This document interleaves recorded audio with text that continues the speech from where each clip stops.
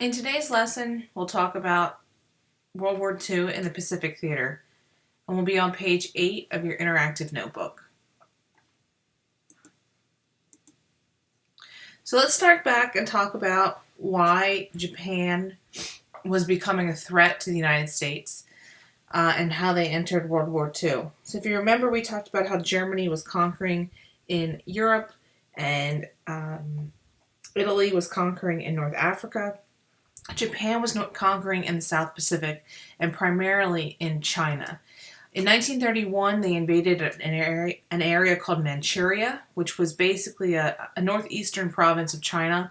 And what Japan is after as they are conquering is raw materials, oil, and other natural resources. And so Manchuria was loaded with them. So that's one of the reasons they conquered there.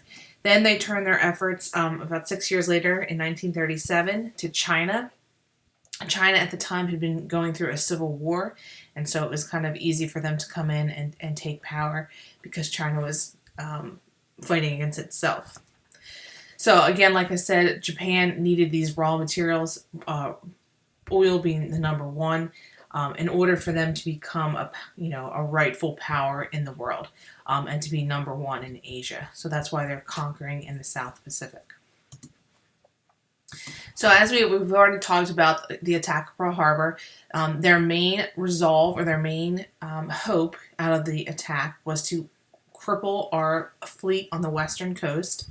And so one of the reasons they were able to be successful that day is because we didn't have some of our carriers stationed at Pearl Harbor that day. So we were kind of not as prepared as we should have been.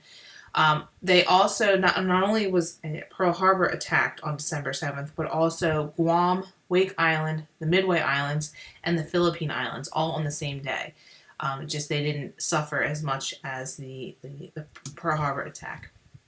Once the attack is over and the United States ramps up production, they do wake up what's known as a sleeping giant. As you can see the quote here in the bottom right-hand side, this gentleman, Yamamoto, says, "I fear all we have done is awaken a sleeping giant, and fill him with a terrible resolve." And that's exactly what happens, because as we fight throughout the Pacific, the rallying call or the battle cry or the remembrance of why are we fighting, it always harkens back to Pearl Harbor. There's a lot of propaganda that's put out during this time period for enlistments and for morale. Remember Pearl Harbor, remember the attack on Pearl Harbor.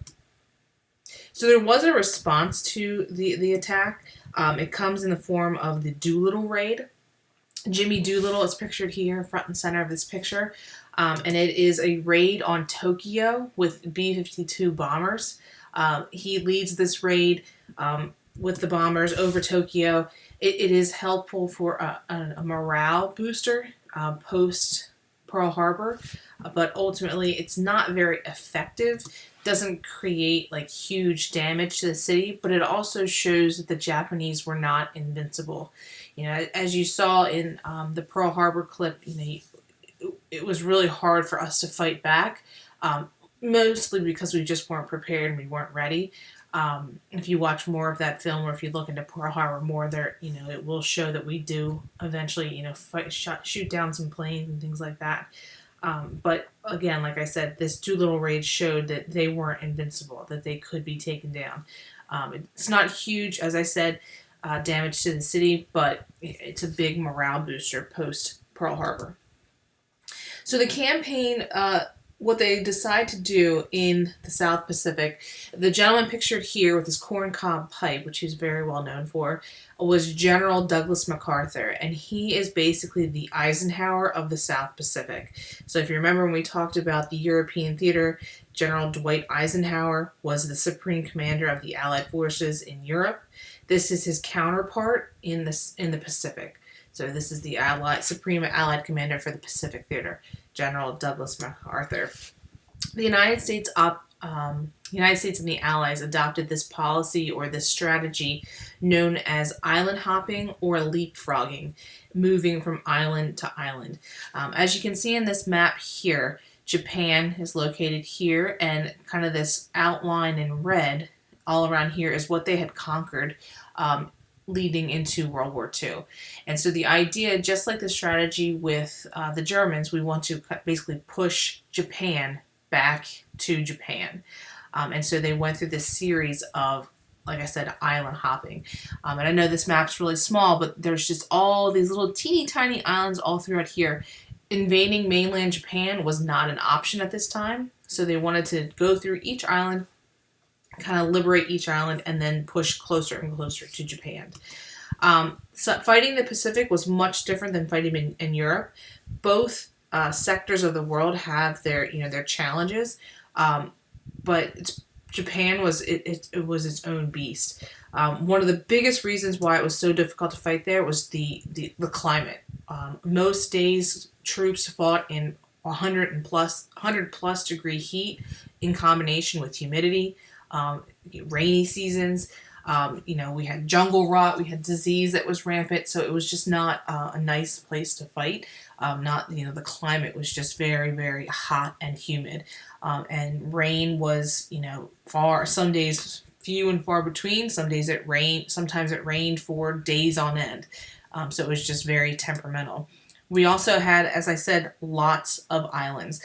With lots of hidden obstacles and lots of Japanese. The Japanese were very cunning.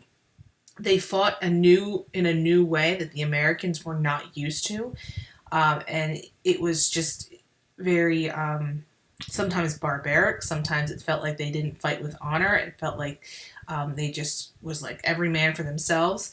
The Japanese were very smart in the fact that they developed a vast system of caves. And so although you may have come onto an island that looked like it was about, it didn't look like it was literally like only a few miles wide.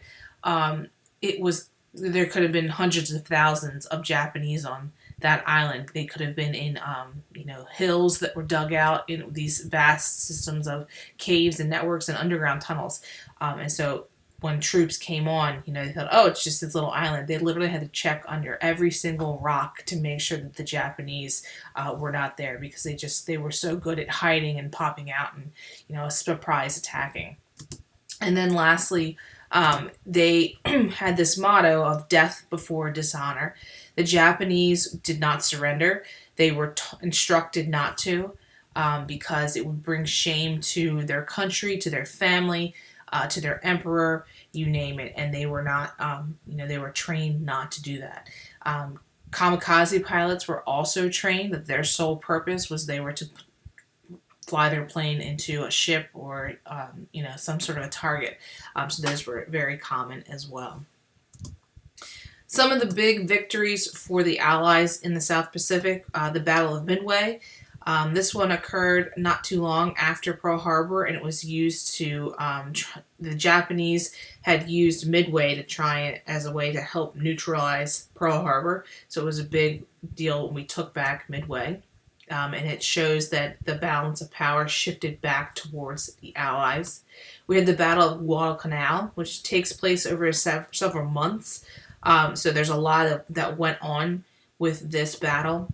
But basically the importance of it was that the Japanese advance was stopped. And again, momentum shifts towards the U.S. and the Allies. And then lastly, we had the Battle of Iwo Jima, which becomes very famous for this photograph that's put here. These Marines lifted the American flag. They just lifted it. It was just like, hey, we're going to put it up here. And it becomes this iconic photo. The Battle of Iwo Jima is probably one of the deadliest battles in modern war history. Over 20,000 Japanese were killed that day alone, and over 6,000 American troops were lost. So it's a huge, huge battle. But it puts this, once we are able to take Iwo Jima, that puts the United States very close to Japan, the actual home island, and the idea of, are we going to invade Japan or not? So how does the war in the Pacific come to an end? Unfortunately, in April of 1945, FDR passed away. He died of a cerebral hemorrhage, unfortunately, at the age of 63. And so his vice president, Harry Truman, becomes president overnight. And there were some things that Harry Truman was not privileged to during the war. One of the biggest things being what becomes known as the Manhattan Project, and that was the project to develop the atomic bomb. And so Harry Truman has some big decisions on his shoulders. So in May of 1945, about a month after FDR passes away, the Germans do surrender. And so Harry Truman has to decide, how are we going to end this war in the Pacific, because it was still raging on. And he's got two big decisions, or two big options that he could do. First option is that he could send troops to invade Japan. And it was estimated that over 1 million Allied soldiers would be lost if they invaded mainland Japan, even in 1945. They just knew that it was going to be a colossal feat for the Allies to accomplish. The other option was this secret atomic bomb. Do we use this or not? So in our next lesson, we will talk about how the war ultimately comes to an end with the use of the atomic bomb. So again, please make sure you enter this into your interactive notebook on page 8. Thanks for watching.